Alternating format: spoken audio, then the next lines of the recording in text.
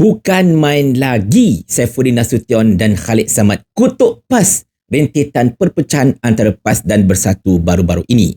Tapi yang peliknya, kenapa mereka kutuk PAS? Kenapa tak kutuk Bersatu? Tapi itulah, kepada Khalid Samad dan juga Saifuddin, saya cuma ada satu soalan.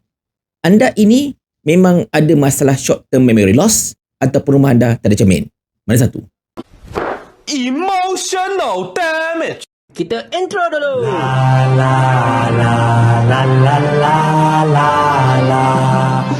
Assalamualaikum warahmatullahi dan salam sejahtera kepada bangsa Walabi sekalian. Kita semua tahu yang PAS telah pun menghentikan kerjasama dengan Bersatu baru-baru ini. Dan kita juga tahu dan nampak begitu banyak sekali reaksi, terutamanya daripada pemerhati-pemerhati politik tanah air.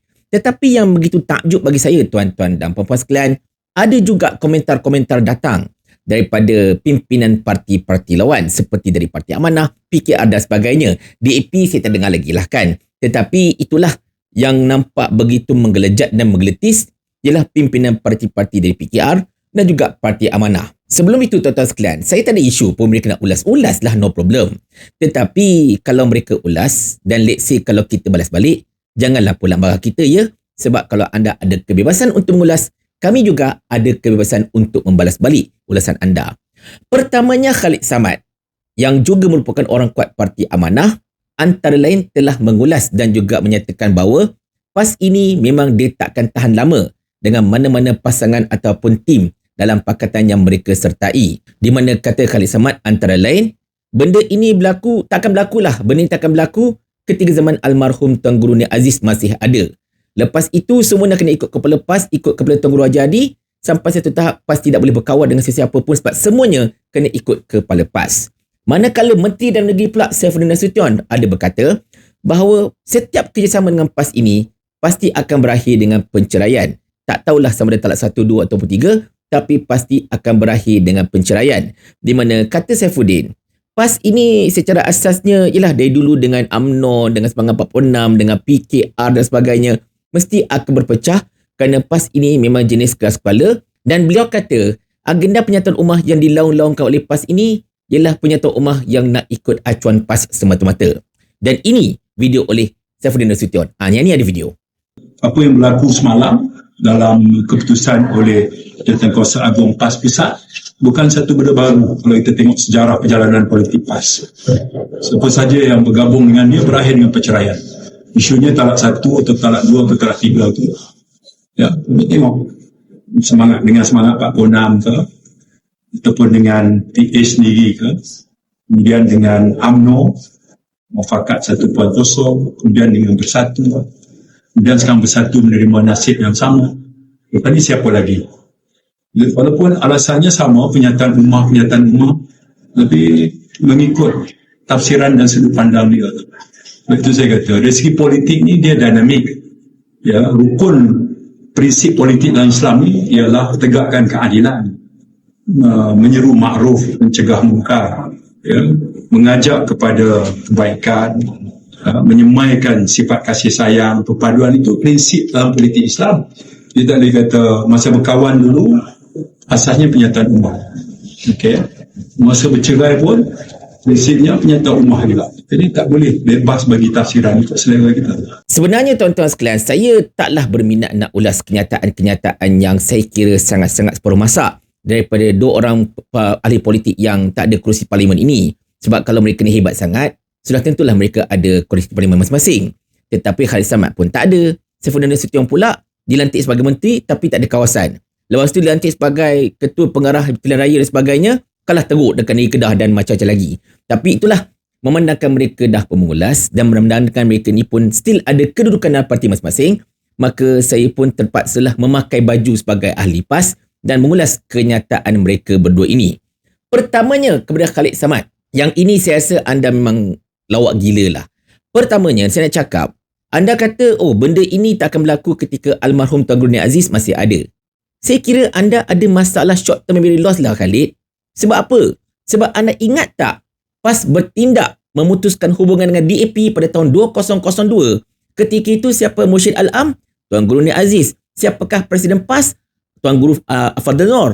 Mereka berdua inilah antara mastermind PAS pada ketika itu yang telah bertindak memutuskan hubungan dengan DAP kerana DAP tidak setuju dengan konsep negeri Islam yang PAS bawa pada ketika itu.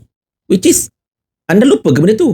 Anda kata, oh kita tak akan berlakulah perpecahan kalau Tuan Guru Aziz masih ada, zaman beliau kita akan pecah. In fact, semangat Papua berpecah pun pada ketika itu, pada ketika Tuan Guru Aziz sebagai Mursyid Al-Am. Lupa ke masalah Khalid? Kau ni pun kan. Nak kutuk PAS pun, pastikan sejarah anda itu betul. Jangan duk nak jual nama orang yang dah tak ada. Tak tahu malu ke jual nama orang tak ada 24 jam? Carilah nama orang ada. Mana pergi Ustaz Ahmad Awang? Dulu bukan main korang julang dia nak lawan Tuan Guru Haji Hadi dan sebagainya. Sekarang mana dia? Langsung tak kedengaran Ustaz Ahmad Awang ada peranan dalam Parti Amanah sampailah ke hari ini. Balik-balik masabu. Nampak? Dan kemudiannya, anda jangan lupa juga Khalid Samad. Anda dok kata PAS akan menceraikan orang sebagai tak boleh berkawan. Korang yang pergi tinggalkan PAS tahu pada tahun 2015. Masing-masing tak boleh terima kalah pemilihan.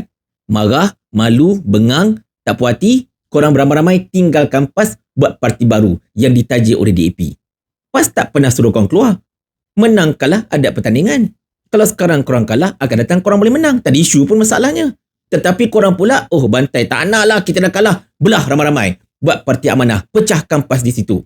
Mana korang yang menceraikan PAS, bukan PAS ceraikan korang. Dan kalau anda marah, kenapa PAS berpisah dengan DAP dan PKR pada tahun 2015, konsep yang sama jugalah kenapa PAS berpisah dengan DAP pada tahun 2002. Same thing. Benda yang sama masalahnya. Cuma beza je pada ketika itu, masing-masing masih pembangkang yang tak banyak kursi. Pada tahun 2015, ada kerajaan negeri dan banyak kursi. Tapi, masing-masing dah tunjuk besar kepala kan? DAP pun dah banyak kacau basmi dasar sebagainya. So, nak macam mana? Takkan PAS biar je kena pijak kepala. Sepatutnya anda pada ketika itu sebagai pemimpin PAS, anda kena pertahankan kedudukan PAS. Bukannya mempertahankan kedudukan parti lain. Anda ini kadang-kadang lebih parti lain berbanding PAS masalah pada ketika itu. Jadi, nak salahkan PAS buat apa? Betul tak? Itu saya kena ingatkan anda baliklah. Dan berkenaan Saifuddin Nasution. Ini dia. Nombor satu yang Saifuddin, anda jagalah parti anda sendiri. Sekarang ini pun, anda duk sibuk PAS bercerai sana, PAS bercerai sini. Ahli-ahli PKR pun ramai duk bercerai dengan anda sekarang ni tahu. Yang terkini Timbalan Ketua Cabang Dungun. Dia pun dah mengumumkan yang keluar daripada parti PKR. Tapi of course lah, kita mungkin tahu dia akan pergi parti bersama. Tapi dia tak umum lah kan. Dia cuma kata, dah tak boleh dah bersama PKR. Ramai orang PKR sekarang ini, yang pimpinan-pimpinan belaka, ramai-ramai keluar. Termasuklah sahabat saya, yang merupakan Ketua Cabang Batu, pun bertindak keluar juga daripada PKR. Untuk venture politik lain dan sebagainya. Jadi, daripada anda untuk menyibuk tentang hal PAS yang bersatu ini, baik anda fokuslah untuk menyelesaikan hal dalaman parti anda sendiri. Tetapi yang kelakarnya, bila anda sebut tentang, PAS punya penyatuan ummah ni kena ikut acuan mereka. Sebenarnya tidak. Acuan PAS mudah je. Penyatuan ummah yang ditunjangi Islam. Bukan ditunjangi dengan semangat nak menang pilihan raya, bukan ditunjangi dengan semangat nak ajakkan jawatan, bukan juga ditunjangi dengan semangat nak selesaikan kes mahkamah. Tetapi apa yang PAS perjuangkan selama ini ialah tunjangi Islam. Kalau betul PAS ini gila jawatan, kalau betul PAS ini jenis yang memang tamak itu, tamak ini sebagainya, dah lama PAS nak minta jawatan pengurusi PN dia dulu tau. PAS ada segala alasan. Mereka kerusi terbanyak dekat Parlimen. Tapi Ketua Pembangkang pun bagi dekat Hamzah Zainuddin. PAS boleh je claim, kita orang parti terbanyak kot. Kita orang ada 43 kursi. Bagilah kita orang Ketua Pembangkang. Tak. Mereka bagi Hamzah Zainuddin yang pada ketika itu merupakan Setiausaha Agung Bersatu. Bukan timbalan presiden pun. Setiausaha Agung. Bagi dekat Hamzah. Bagi orang bersatu. Dan bagi Muhyiddin kata, fine, tak apalah, tak nak. Bagi Hamzah. Nampak? So, itu menunjukkan yang PAS ini tak gila kuasa pun. Tak gila talak, tak gila apa. Tak benda pun masalahnya. Tapi anda kata, PAS tak cegai. PAS ni gila kuasa sebab ikut acuan dia. Kita bukan nak kata ikut acuan PAS. Kita kata ikut acuan Islam. Dan anda kata kalau Islam kata tak boleh benda itu, tak boleh lah. Anda kata kalau kita keras tentang benda itu, kau dah salahkan PAS juga ke? Nampak tak kat situ? Inilah masalah kadang-kadang Saifuddin yang anda tak sedar. Anda nampak semuanya dari neraca politik semata-mata. Neraca pangkat, neraca jawatan, neraca kedudukan kursi sebagainya. Tetapi anda tak nampak daripada neraca agama. Bukan saya nak kata anda tak beragama, tidak. Anda ni kalau tak salah saya ada keturunan Tok Guru. Tapi anda tak nampak benda itu dari sudut pandang agama dalam hal inilah, kan? Jadi di sini saya kena ingatkan anda, PAS ini bukannya keras kepala kerana PAS nak everything. Tetapi PAS ini keras dalam bab, fine, benda lain dengan Islam kita tak boleh kompromi. Itu je pun. Lagipun kalau kita perhatikan, berapa banyak benda yang berlaku perpecahan ini disebabkan pengkhianatan ke atas PAS. Macam dulu kita cerita balik tahun 2015. Masa itu korang marah PAS kena putus dengan PKR, putus dengan DAP.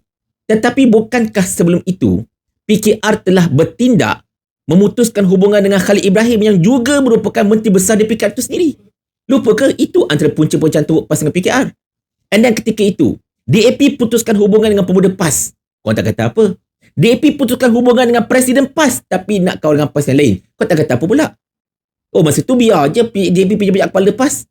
Tapi bila PAS kata, okay fine, dengan utama kita dah bincang, kita putus hubungan DAP. Oh, marah. Kata PAS itulah, PAS ini sebagainya. Ini namanya hipokrit. Faham tak hipokrit? Orang lain buat kau diam. Bila PAS buat kau marah. Nampak? Tapi itulah. Satu benda takjub tuan-tuan dan sekalian. Kenapa mereka ini duk serang PAS? Padahal perpecahan ini antara PAS dengan Bersatu. Kenapa tak bersatu? Bukan Bersatu nak putuskan dan sebagainya. Ya betul, bukan Bersatu nak putuskan. Tetapi Bersatu tetap lawan politik korang. Bukan dia Bersatu tu geng korang pun. Korang tak nak serang Bersatu sebab korang nak pancing Bersatu masuk ke dalam PH. Korang tak nak serang Bersatu sebab korang nak pastikan Bersatu itu akan geng dengan korang. Memang korang nak aim awal-awal. Okey tak apa, kita biarkan dia putus, nanti kita ambil Bersatu. Macam tu ke? Sekilas ikan di air tuan-tuan. Saya tahu ikan tu ikan bilis ataupun ikan piranha. Jadi tak payah nak sembang-sembang lah masalahnya kan. Tetapi at the end of the day, untuk menutup video ini, orang parti luar, tak apa kau nak bincang pasal hal ni, silakan, no problem.